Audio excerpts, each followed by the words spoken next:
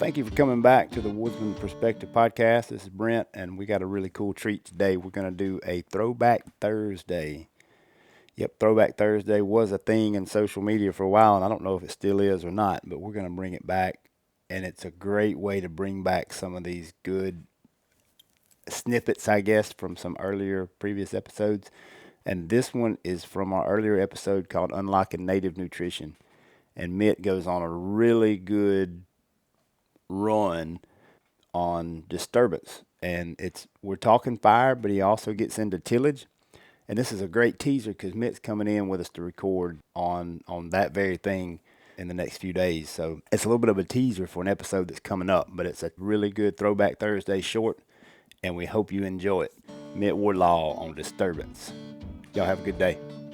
So we talked about the value of the native plant community, and we glossed over the tools because it's effort to keep it in that early successional window right there.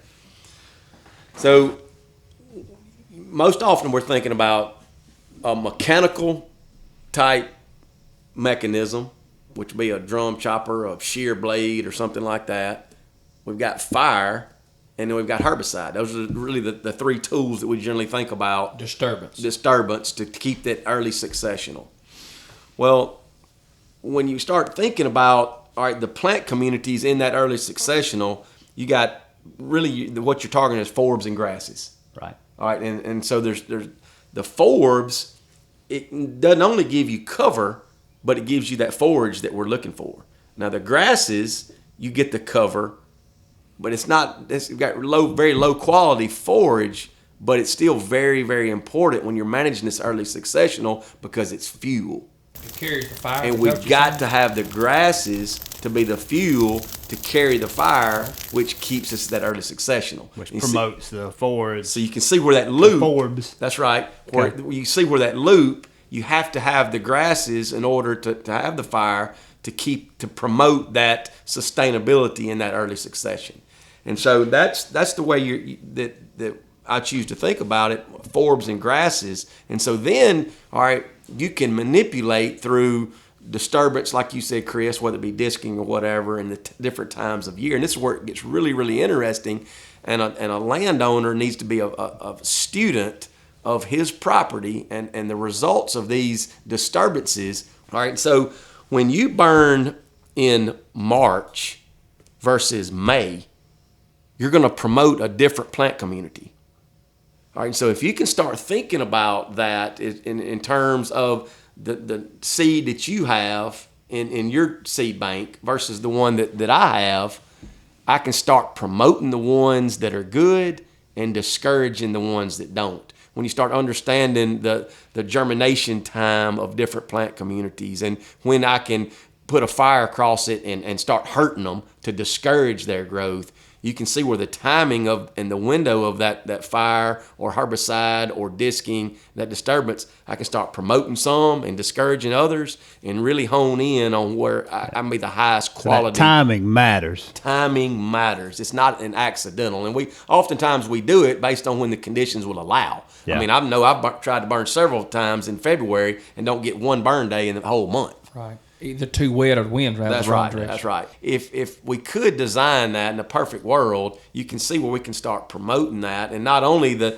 difference in what type of forbs, but the mixes between grasses and forbs. I mean, ideally, you'd love to be just enough grass to carry a fire, but no more to allow more room for forbs. But you get too much forb percentage-wise, and not enough grass, it won't carry a fire. And so there are ways to even promote. There's even ways to promote that. It's wild. Yeah. It's a little. And different. So when you start thinking about that, just in generally speaking, the tillage type disturbances in the fall promotes more forbs and discourages the grasses. The burns or tillage in spring promotes grasses. And so you can see with that manipulation, if I start seeing it go too far one way, I can put it back in check depending on the disturbance that I decide to do and the timing on that. So it's a lot to think about, but it's really, really interesting when you start putting those pieces together because that's legit and that's real. Well, I've seen that from that native warm season grass. You know, we burn every other year, and you know, you told me I wanted to burn it every year for the turkeys. And Right. he said, well, Chris, you do that, you ain't gonna have nothing but grass. Right. It'll turn to monoculture. And you know what? grass. You're right, because I have, I burn it every year to try to pull those extra birds around, and it has. And I think almost turned that's to important autographs. to talk about because it's so popular right now, and for good reason. A lot of people, if you get into social media and on podcasts, a lot of people are really concerned with turkey numbers. People are trapping and people are burning. I think, and I don't want to beat this dead horse, but it's so encompassing of what we're trying to do as land managers. But we've got to identify that most limiting factor. Right. You got to do that. If my grass is 80% and I got 20% forbs, maybe I need to incorporate some tillage in the fall.